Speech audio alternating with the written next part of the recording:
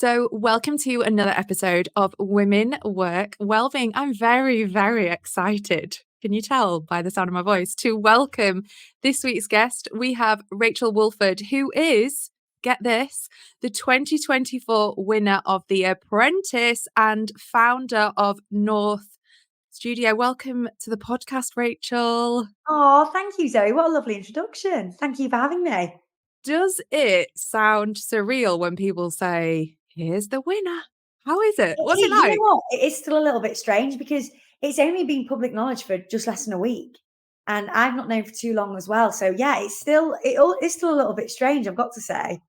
Oh, I feel so proud. So just to give the listeners, the viewers a little backstory, I go to Rachel's amazing boutique gym here in Leeds. We're very lucky. You've also got one in Harrogate and my brother also goes. So feel like part of the North family. So I was honoured to have Rachel on. We've watched her journey on Oh, The Apprentice and we are going to delve into all of that. But I want to start right at the beginning just to give the viewers and listeners a little bit of context. And at Jobs for Women and Women Work Wellbeing, we talk about everything, the juggle, the balance. We have people that have their own businesses, people that are, maybe having babies employed. Talk to us about your business. Have you always wanted to start your own business? Can you just give us a little bit of background? yeah, of course. So I always wanted my own business since I was probably like 10 years old. I think you don't really fully know what it involves when you're 10 years old, but I definitely knew it's something I wanted to go down the route of. Definitely wasn't sure what industry. And if you'd have told me at 10 years old I'd have ended up going into fitness, I would have been shocked. Like, it's not necessarily something I've always loved. I played sport like when I was at school, and I was into the gym during sixth form, and I did a lot of running back then as well, but never really thought I'd be able to pursue something that I really enjoy as an actual business and livelihood. So that in itself is pretty cool for me. And then I went to university, studied economics and management, went into accountancy after that, really disliked it. I really wanted to be in a job where, you were speaking to people and, I struggled behind the computer screen. And I know, it's a really difficult job. And for anybody that does it, big credit to them because it's a tough line of work to be in, but I just couldn't handle it. And I decided to leave and I went to work in a gym in Leeds City Centre with my personal training qualification that I'd had. I was also doing PT, mobile at people's houses. I was teaching classes in different gyms in Harrogate and Leeds. And then long story short, wanted my own place. And I saw a few different locations and they just weren't right. And then the place that I'm sat in right now, actually, in Roundhay came up and I wasn't sure if it was going to be right. Then the second I stepped in, it was perfect. And yeah, like the rest is history now. That was 5 years ago that I saw the building that I'm sat in now. That's amazing. Honestly, sometimes I think when it's such a whirlwind and you're so busy, we don't often pause, do we? And look and go, Yeah. wow, look what I've done. Have you started doing that a bit more? I'm trying to, and I think it's really important to take stock because sometimes I think you can take for granted the position you're in and you can give yourself a harder time than you should. And I'm horrific for it. I'm always like, trying to be perfect in what I do or thinking that I'm not good enough or I haven't achieved enough. And I think sometimes you have to look back and think the girl that set the business up or was setting the business up 5 years ago wanted what I've got now. But that's really hard to remember sometimes when I'm trying to focus on what I want for the next 6 to 12 months. So yeah, I think it's really important to take stock, and that's something I definitely need to do a little bit more of for sure.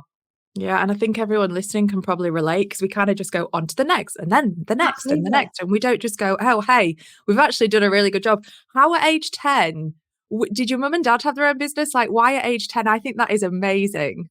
So, you know what? I was a popular kid at school. It's not like I was kind of isolated or anything. I had lots of friends, but I was different in that my mind was probably just a little bit different, a little bit unique. So, and I didn't really understand how to use it at that point. And my dad had a business, for way before I was even a baby.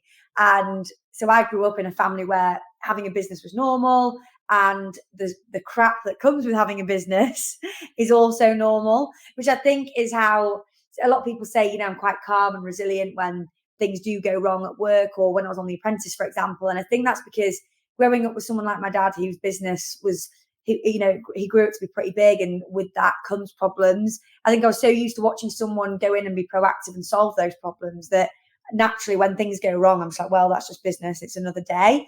And so, yeah, it was definitely something I think from my childhood from my dad that had made me want my own business. And I used to love going into work with him. I don't think I was much help, but I used to love going in, and I used to design posters for him, and I'd stick them up all over the place, like posters saying my dad's company was called LSS. I used to put use LSS, and then I'd draw like a skip. It was a skip business. And I just used to do all these like creative little things from being really young, like that was like 7 years old. I did that. And then as I got older, I used to try and help out in accounts and with the invoicing. And then as I got a little bit older and towards like 18, I lost interest in like his industry and what he was actually specifically doing.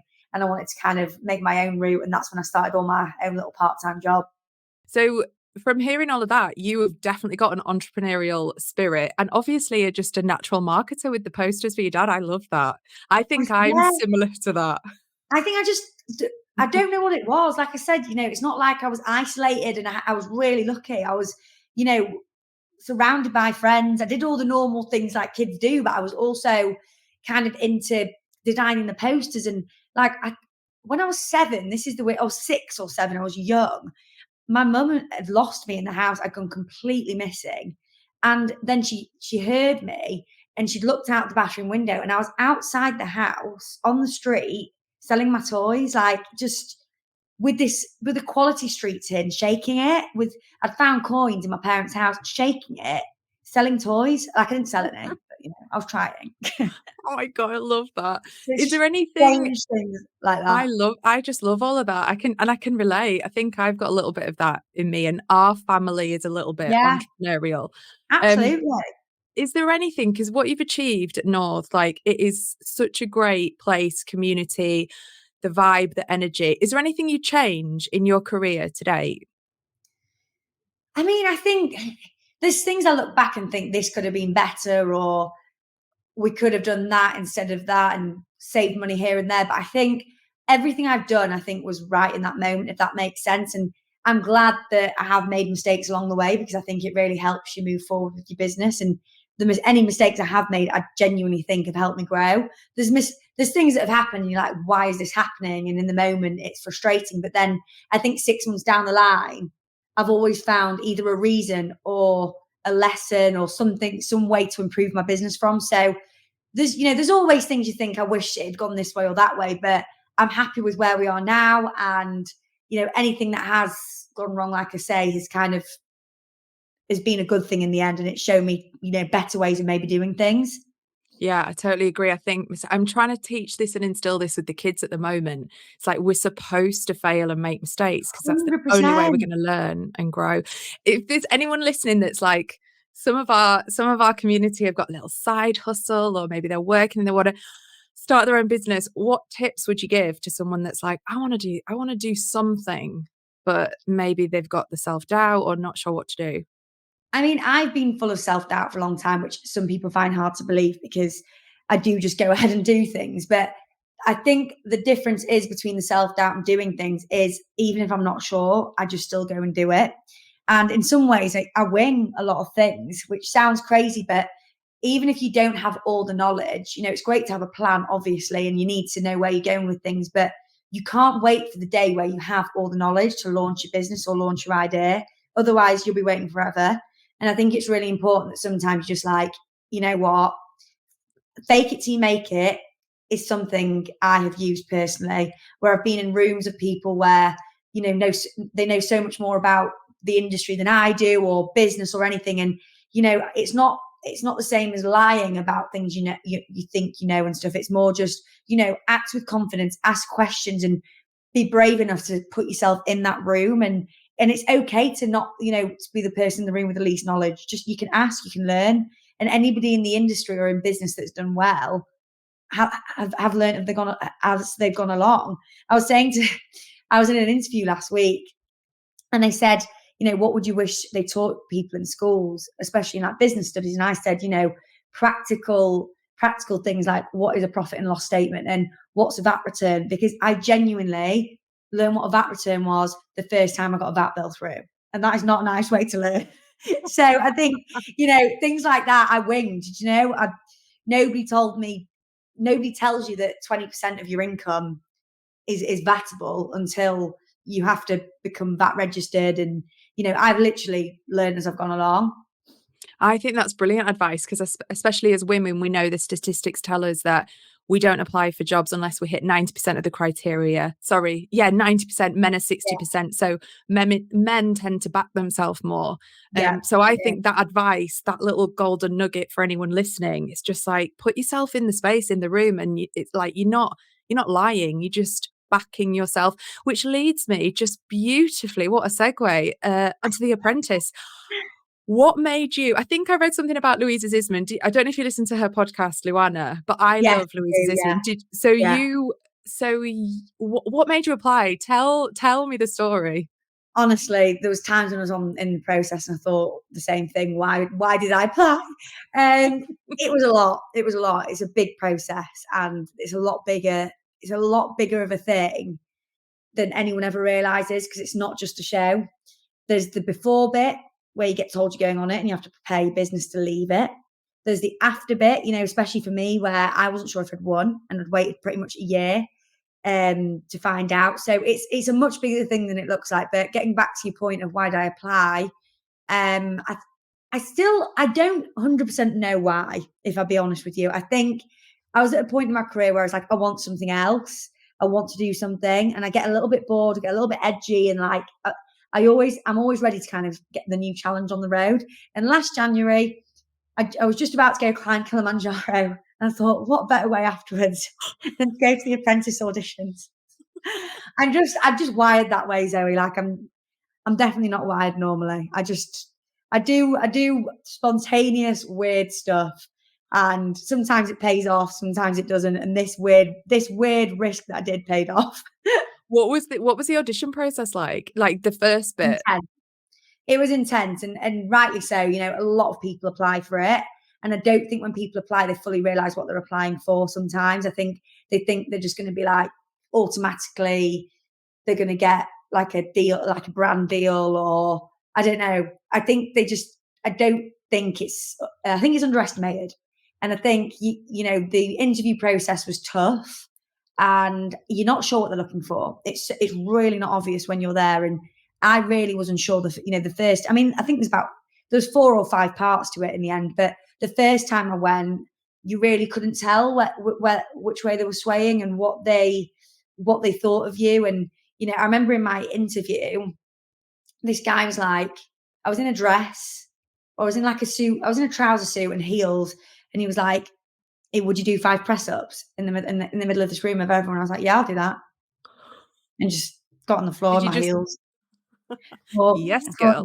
you think if you think you're gonna catch me out and I say I'll try my hand at those things, I'll do it. So Oh my God, that is amazing. So was there any on camera stuff for the first auditions? yeah, actually, in the very first day, at the end of the day, so within the first day, there's several stages, and basically, and every stage you tell X amount of people to go home and X amount of people to stay, and then you go through it, and then at the end of the day, you have to go on camera and speak. Oh my God, even just you talking about that, the very fact that you've gone on to win this, can we talked about pausing at the beginning, but wow, like the very fact you even got on the show, like massive well done, massive respect. Thank you, And Zoe. then you went all the way through. Have you got any juicy secrets you can share about behind the scenes, what it's like, the I mean, experience? I think I have. I mean, I've spoken about this one a lot, but you don't have access to the outside world. You don't have your phone. You don't have the internet. No calculators. You can't speak to the public. So, say you've got, I don't know, for example, the cheesecake task. You can't ask a random on the street what flavour do you think we should do. It is so restricted and limited, and rightly so. They want to see how you thrive under pressure. But I think the biggest thing is the pressure, actually, and what people don't realize is the time constraints involved. And you're creating products that would take Tesco or Sainsbury's 6 to 12 months to create and get on the shelves, and we were doing it in a day. So obviously there's going to be mistakes when you're doing something like that in a day. Do you know what I mean? Yeah, and I think we take for granted because 'cause we're a nation that is surgically attached to our phones, that it's become second nature that, "Oh, just Google that." And having that 100%. information that you didn't have access to that, so you can't just Google, cheesecake, whatever Or it is. spellings. Yeah. I'm pretty good speller, but they make you doubt yourself because you have to submit your spelling of a brand that you've created, or for us, for example, in the cereal task, we called it Power Hoops, which is a really simple spelling. But say it was something a bit more complicated, you might want to check, is the I where Mhm, the O and the U should be and all that, and you mhm. can't. You've got to just go with it, and you start to doubt yourself. Oh my god, I bet. That's oh my god, it's giving me heart palpitations because I do the second guessing thing and I always have to check stuff, so that No, sounds me really, really too. And stressful. calculations, I'm always, at work, I'll use my calculator probably at least once or twice a day just to Mhm. make sure in my head I've definitely, I did it this morning when I was putting Yeah. some passes through for somebody. So I'm always relying on my little calculator. Yeah, and then going back to the fact that you waited a year, what was that like? Because you had your final party. When did you know that you had won? So I knew before the actual night that your brother and his wife came to. But I found out about 10 days before that party that I had. So I did know when everyone came. So like when, for example, your brother came in and Fiona and all the others, I was just like poker face. Deadpan. So many people were like, "Oh, bless her. She's tried really hard. She's done well. She's obviously runner up." And I obviously have got a good poker face. Amazing. That is and did the, like, press office tell you, "You gotta have that poker face"? Do you know what? I think it's just for me, I personally would get so much more out of it if people didn't know, because it was in my best interest that people watch it and the Yeah. viewing figures aren't affected because people already knew the answer. So, it was in mine and Phil's best interest to just be like, you know, the results under wraps, because, it's so important for the benefit of our businesses and our public profiles as well, that people watch that night, and that people didn't assume what the result was. So it was hard to keep it a secret because I was sick of bloody being asked and having to be like, I don't know.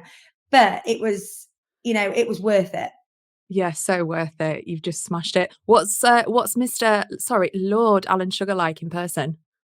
He's like what you see on the TV, and it's straight talking, not sugar coated, and luckily I'm your typical straight talking northerner, so I think he probably likes me because he can see the passion about my business as well. And I wasn't just there kind of for the laugh, or, I think some people maybe go on to kind of cruise through it and see where they get to. But for me, if I was going on it, it was to be taken seriously. And I think that passion really came through, especially towards the end when, my emotions were quite high. And, I think he was fully aware that I was starting to feel quite guilty about being away from my business at that point as well.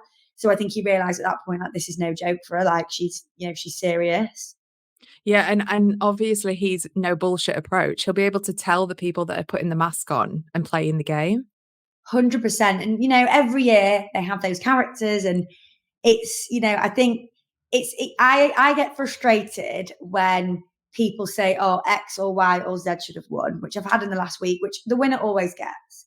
But the frustrating thing is when they say that, and I'm not going to say the names that have been coming up, but these particular people in question, they kind of run it for a TV show, and their their work isn't their passion and their business isn't Mm. their passion, whereas it is mine.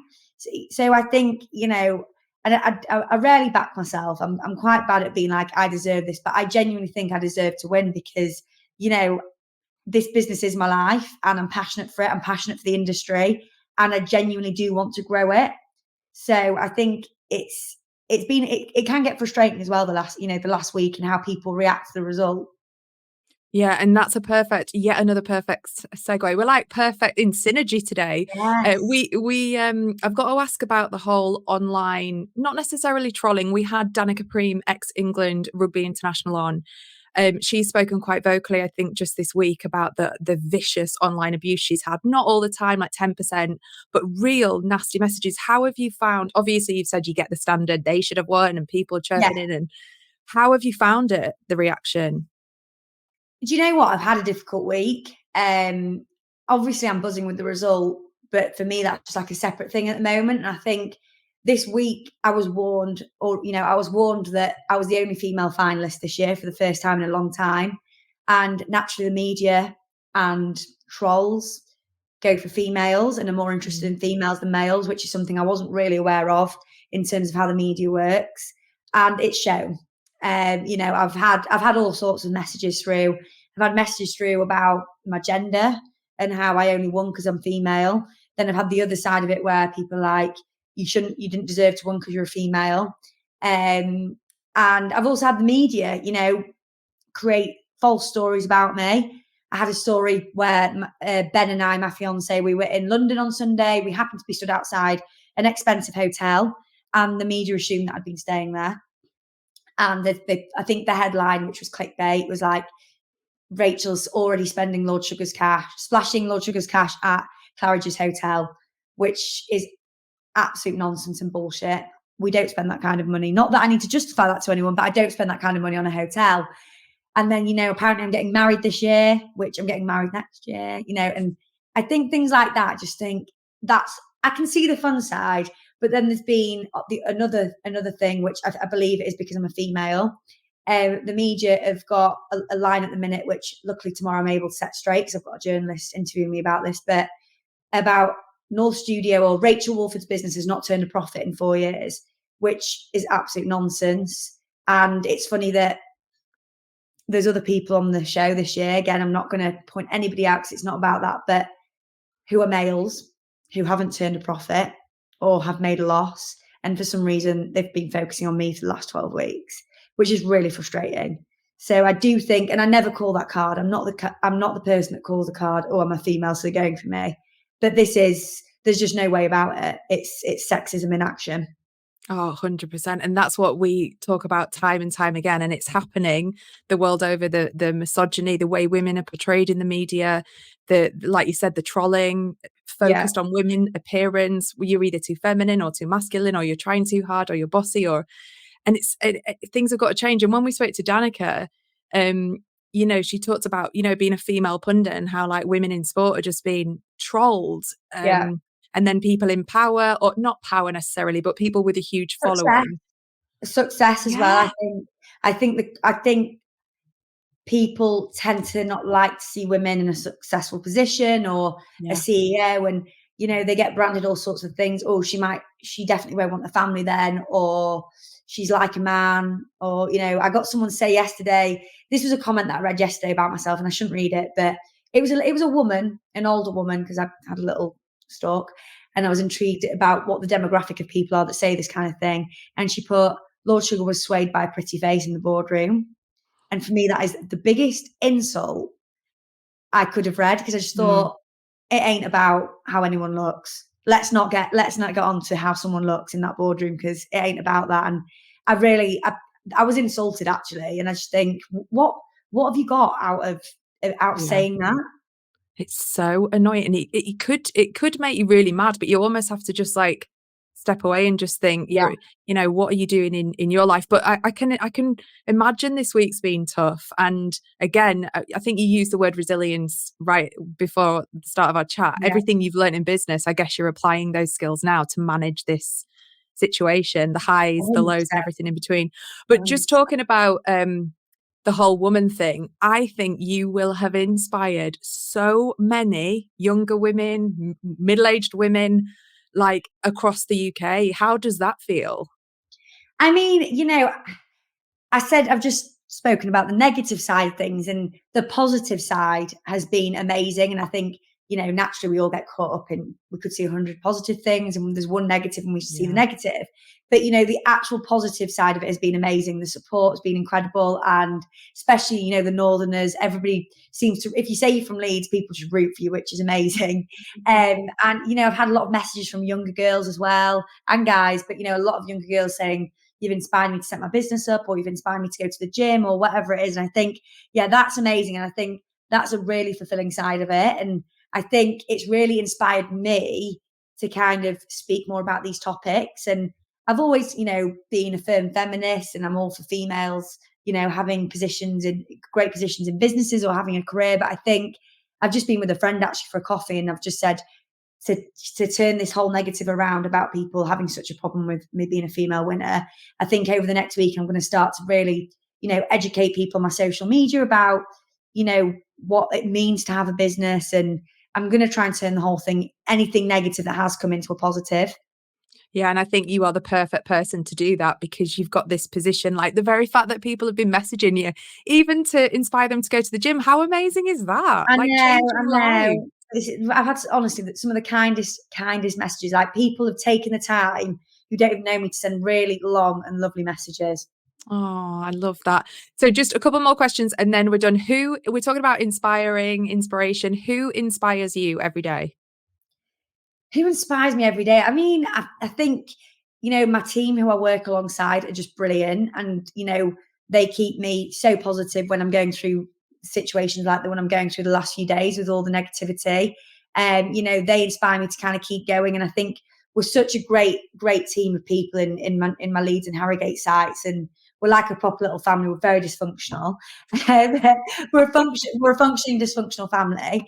Um, and we have so much fun together. I think, my dad, I mean, he doesn't have a business anymore. He's retired now, but I think he's played a big part in my life and inspiring me, and, also encouraging me to keep going. And I remember being so young, and a lot of people my age wouldn't have remembered the recession as clearly as I did in 2008, but it was a terrible, terrible time in my family and for my dad's business, because, he relied on a lot of construction, and, people were just going bust every day in construction. And I remember it being a tough time. And I remember seeing him kind of pull his business through that horrific time. And I think that's something that kind of keeps me going when we go through tough times, or cost of living crisis last year. People are like, oh, is it going to end you? And I'm like, it's not.